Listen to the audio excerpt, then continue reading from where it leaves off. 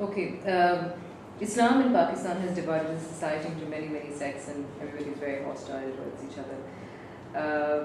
The religious leaders interpret Quranic verses as it suits their own interest. It's also been used politically.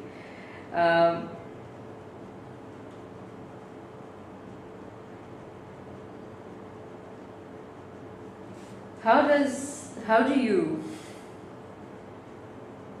plan to use Islam to bring about a revolution, or have you some other solid program that can attract masses to follow you? Well, let's start by saying that we're not going to use Islam for anything, and no one should be using Islam for anything.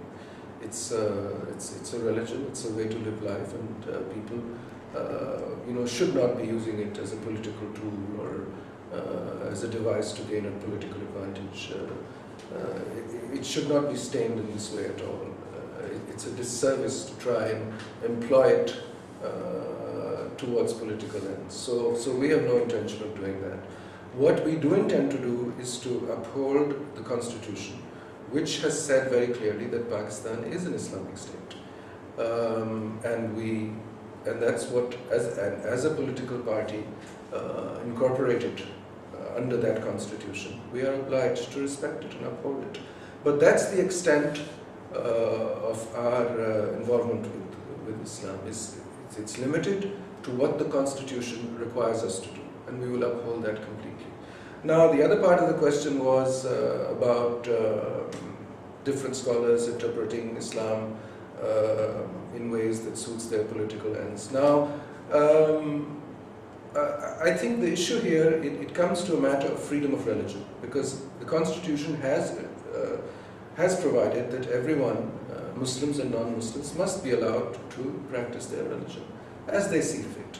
So no one can tell these scholars that the way you're interpreting it is not right or is wrong. What the government must do is not allow this interpretation to in some way be used as a device to usurp rights of other people. If you are interpreting something in a way that you think is appropriate, that's your privilege. But it's not your privilege to use that interpretation and oblige or force other people through violence or any means to accept that interpretation. This could include Muslims of other sects, it could include people of other religions. They have their rights, they have their own interpretation of their religion or their particular sect, and they're free to practice it. So, as a government, if there is a government, which is sadly disputable these days, then it's obliged to protect the rights of all sects and all citizens, and ensure that no one transgresses on anyone else. And that's what we're going to do. What are your policies regarding the media going to be?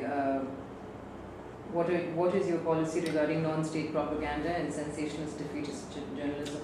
Well, when you have free media, either it's free or it's not free. So our policy, as we've enunciated it in our manifesto, is for a free media. So we will not be telling them what to do. But we have also proposed that freedom entails a certain responsibility. It brings with it an obligation to be responsible.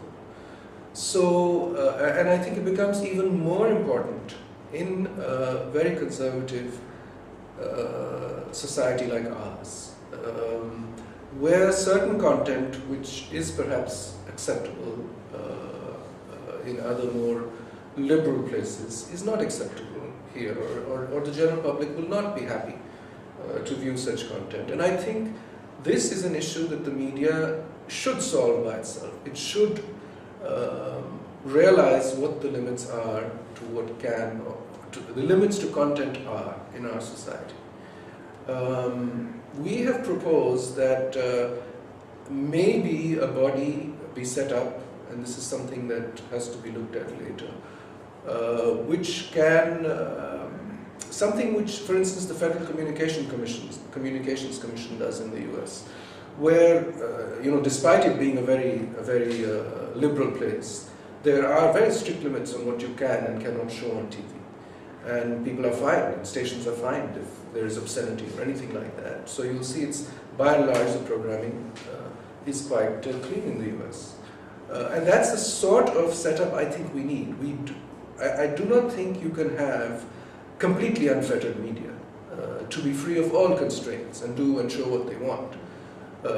So to that extent, we need a mechanism perhaps where the media itself and their representatives are also involved, and people from civil society and religious groups, and everyone sits down and says, let's set some guidelines which are acceptable to all of us, and then let's follow those guidelines.